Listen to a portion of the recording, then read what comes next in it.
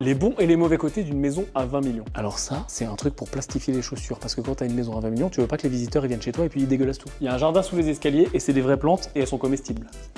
Alors il y a 10 mètres de hauteur sous plafond et ce truc en marbre fait 8 mètres et il coûte le prix d'une Twingo. Tu peux faire du sport chez toi. Tu peux faire un 400 mètres. En plus, on peut lire des livres.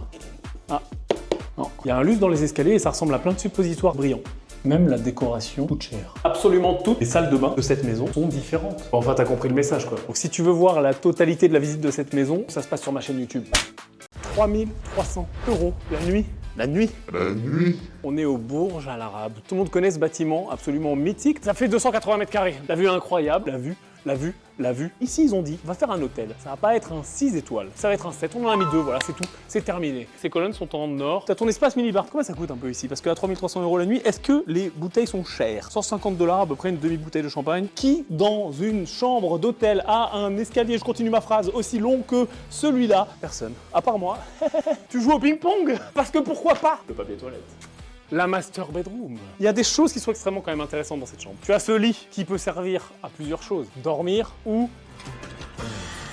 J'imagine les trucs, c'est dégueulasse. Bon, il y a ce jacuzzi que je vais m'empresser de tester dès que vous serez partis. On est quand même sur une chambre pour se déglinguer la gueule. Hein. Qu'est-ce que l'indicateur Big Mac? C'est un indicateur qui a été créé par le magazine The Economist. Et il compare le prix d'un Big Mac dans différents pays pour évaluer la valeur réelle des devises. C'est une façon savoureuse de mesurer le pouvoir d'achat. Si le taux de change est de 1 $ pour 90 centimes, le Big Mac français devrait coûter 4,50 en France pour être au même prix qu'aux États-Unis. S'il coûte plus cher ou moins cher, ça indique que la monnaie est surévalué ou sous-évalué par rapport au dollar. Si en Suisse, le Big Mac coûte l'équivalent de 6,50 $, ça suggère que le franc suisse est surévalué par rapport au dollar américain. Si en Inde, le Big Mac coûte seulement 2 $, ça indique que la roupie indienne est sous-évaluée par rapport au dollar américain. Alors pourquoi est-ce que c'est utile? Parce que cet indice permet tout simplement de simplifier la compréhension du taux de change et de comparer le coût de la vie dans différents pays. C'est un outil ludique pour illustrer la théorie de la parité du pouvoir d'achat qui stipule que tous les biens devraient coûter le même prix partout dans le monde. L'indicateur Big Mac a ses limites, il prend pas en compte les différences culturelles, les coûts de production locaux ou les taxes. Mais il reste une manière amusante et accessible de comparer les économies.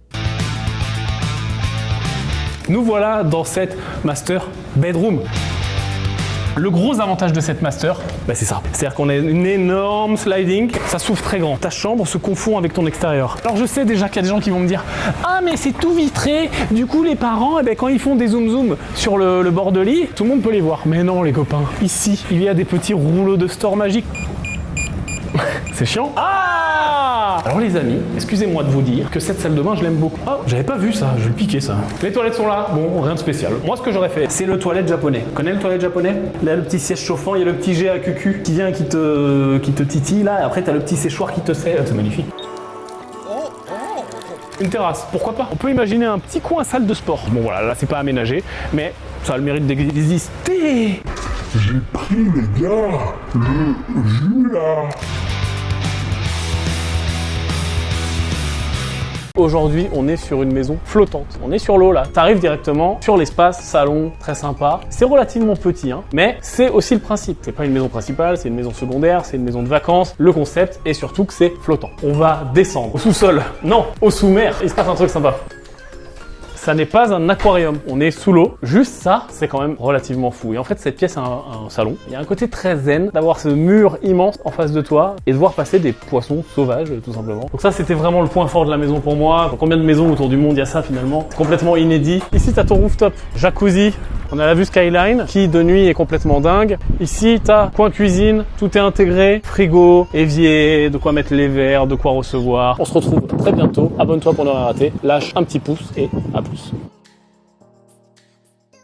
Comment prédire une crise juste avec la hauteur des gratte-ciel? Alors aujourd'hui, on va découvrir le Skycraper Index. C'est tout simplement un index qui a été développé par un analyste américain en 1999 et il sert à détecter ou prédire les crises grâce à la hauteur des gratte-ciel. Alors comment ça fonctionne? Tout simplement, construire un gratte-ciel, ça coûte une fortune et on part du principe que plus l'économie se porte bien et plus les entreprises, plus les États qui veulent construire des gratte-ciel sont motivés à le faire. Mais cet excès de confiance peut être le signe d'une économie qui surchauffe. Par exemple, dans les années 1930, l'Empire Empire State Building a été inauguré juste avant la Grande Dépression. Dans les années 70, les tours du World Trade Center ont été terminées juste avant la grande crise pétrolière. Et en 2008, la Burj Khalifa était quasiment terminée juste avant la grande crise financière mondiale. Alors cette théorie est bien sûr pas une science exacte, elle est à prendre avec humour. La littérature scientifique montre que finalement la hauteur des gratte-ciel ne prédit pas le cycle économique, mais le cycle économique prédit la hauteur des gratte-ciel. C'est une façon amusante de se rappeler que parfois les excès de confiance peuvent précéder une chute.